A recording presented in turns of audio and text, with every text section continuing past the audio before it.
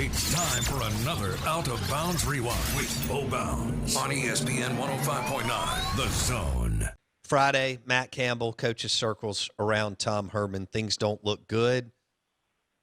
What do you make of what could happen at Texas over the next few weeks, Brad? We'll get to Michigan in a minute. Yeah, so the number I'm about to give you is it's not all Tom Herman, obviously, but I think it tells you exactly where Texas program is and where it has been for more than 10 years now. Since Colt McCoy left, all right, Texas has now had 11 consecutive seasons in which they have lost at least 2 conference games to teams other than Oklahoma. I mean, a lot of people want to make it out as like, they just got to get over this Oklahoma hump. No, they've got to start consistently beating Iowa State and Kansas State and Oklahoma State and TCU because those teams have been killing them too.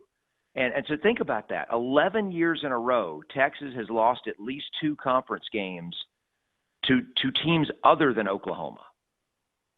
And obviously this year TCU and now Iowa State. And so what that tells me is that there's first of all, I think their recruiting is probably overrated.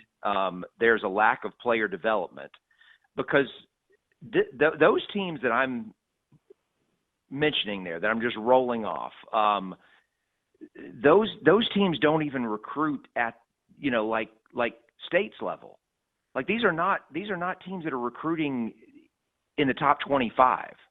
To be losing to these teams is, I mean, you're going out and you're losing at least 2 games every season to programs that are clearly inferior to you from a talent standpoint. And what can you hang that on other than coaching? I tell you this, it's not quarterback. I mean, Sam Ehlinger, I don't think is going to be, much, if anything, of a quarterback in the NFL, but he's a good college quarterback.